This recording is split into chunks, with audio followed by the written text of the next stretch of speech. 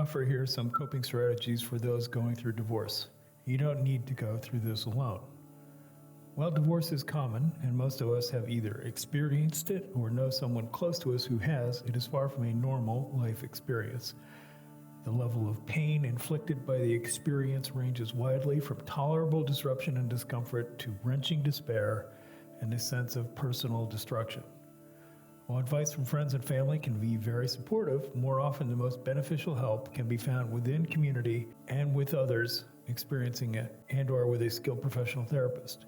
We suggest one or a combination of the following to consider for your divorce coping strategies.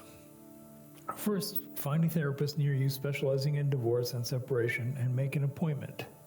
It is possible that you may need to try more than one to get the right rapport and connection, but don't give up. Try the link shown on your screen. Second, find and participate in a community support group. We have several links for you to try. Third, volunteer. Connect with others in pain and need. Giving and helping has been shown to be deeply therapeutic and empowering for the giver. Recognize it's normal to feel alone, sad, angry, exhausted, frustrated, and confused. Examples would include, you're better off without him, her, run, don't walk from that marriage. When you're ready, I have an amazing guy gal for you to meet. You might hear things like that from well-meaning people. There is a subtext running through each of these statements that this is somehow a good thing in disguise and you should see that. Well, it may indeed turn out that way one day, but it sure doesn't feel like that now. Some combination of guilt, shame, rage, fear, desperation, confusion, and fantasies of violence are more likely. This is normal. Divorce can feel like an existential threat and touch off our most primal fight or flight autonomic response system. To protect yourself, find support, community, and trusted friends and professionals. Take care of yourself emotionally and physically. Now is the critical time to focus on your most basic self-care, even if you don't feel like it. First, prioritize sleep. Rest is critical to counteract the effects of prolonged stress. Seek 7 to 9 hours every night and protect your sleep time as much as possible. Second, exercise, preferably outside and if possible in a natural setting.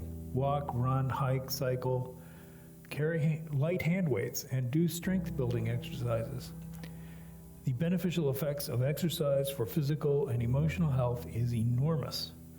Observe nature and its beauty and tranquility. Notice that the world is much bigger than this immediate trauma. Third, lean on a trusted friend. It is okay to hurt and be needy now. A true friend will always understand that, and if they don't, they may not be a true friend. Give yourself a break. Practice clearing your mind and being still. Find your sanctuary. Some good examples can be a public library, a city park, a favorite coffee shop, or your church or house of worship. Observe. Be still. Breathe. Breathe. Breathe. Think positively. Work towards a hopeful and positive mindset can be especially hard in these times, but most often, with help, it can be achieved and it offers you a tremendous advantage. Remind yourself that practicing and training yourself to be more optimistic is in fact possible, and optimism generally leads to a much better outcome. Cognitive behavioral therapy and positive psychology can both help. Please see the links on the screen. Avoid arguments with your former spouse.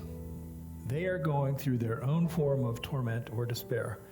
Neither of you likely has enough ground beneath your feet to have anything productive come of this, and more likely it will make things worse.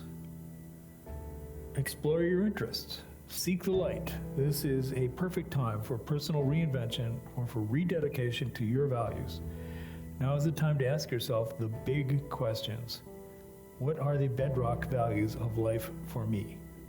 What actions should I now dedicate myself to? What positive lessons can I learn that can guide me in the next phase of life? Now is the time. Do it for others who need your contribution and do it for you.